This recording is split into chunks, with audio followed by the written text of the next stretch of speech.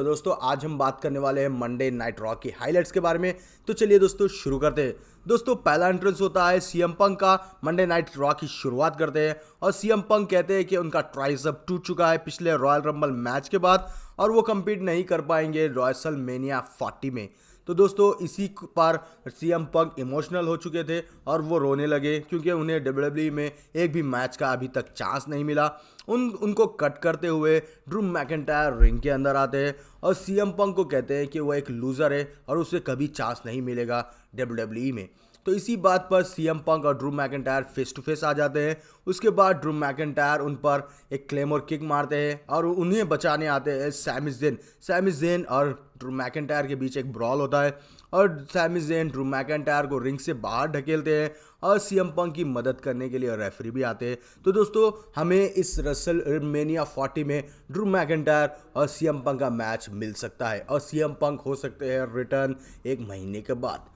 अब बात करते हैं दोस्तों एक टैग टीम मैच के बारे में जिसके अंदर compete करते हैं the Judgment Day versus Tommaso Ciampa and Johnny Gargano. दोस्तों इस मैच में ये दोनों सुपरस्टार जजमेंट डे को बड़ी टक्कर देते हैं, लेकिन फिन बैलर अपने एथलेटिक मूव से और जॉनी गार्गेनो फिन बैलर पर हमला कर देते हैं लेकिन दोस्तों डेमियन प्रीस्ट अपनी ताकत तमासो सियाम्पा पर दिखाते हैं, लेकिन इन दी एंड फिन बैलर और डेमियन प्रीस्ट मिलकर ये दोनों सुपरस्टार को आसानी से हरा देते हैं क्योंकि दोस्तों इस मैच में फिन बैलर अपना कुडी ड्रॉ मारते हैं और इस मैच को जीत लेते हैं। तो दोस्तों इस मैच के विनर है Finn Balor and Damien priest, लेकिन डेमियन प्रीस्ट की इस जीत को कट करते हुए वहाँ पर आ धमकते हैं द आर्थरूथ आते ही कहते हैं कि उन्हें बहुत ही खुशी है कि ये दो सुपरस्टार अपना टैग टीम टाइटल रिटेन कर चुके थे।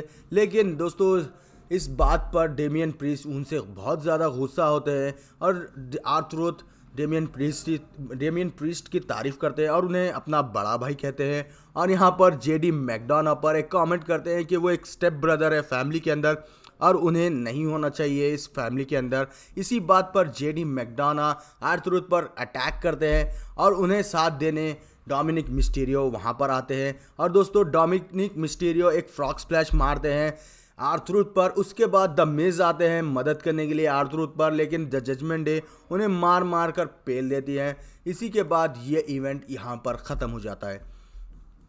दोस्तों अब बात करते हैं मेन इवेंट अपीयरेंस। वो था कोडी रोड्स का। कोडी रोड्स आते ही समांथा इरविन को कहते हैं कि उनको एक बार और अनाउंसमेंट करना चाहिए, रॉयल रंबल 2024 के विनर है वो।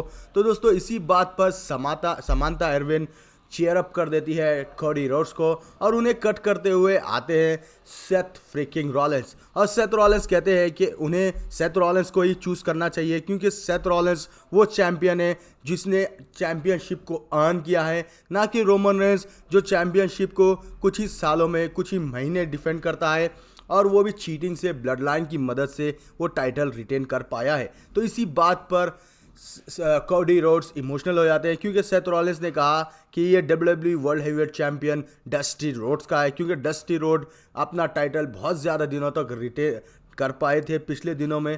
तो दोस्तों इसी बात पर कोडी रोड्स कहते हैं कि मैं इस बारे में सोचूंगा और यहाँ पर ये इवेंट ख़त्म हो जाता है।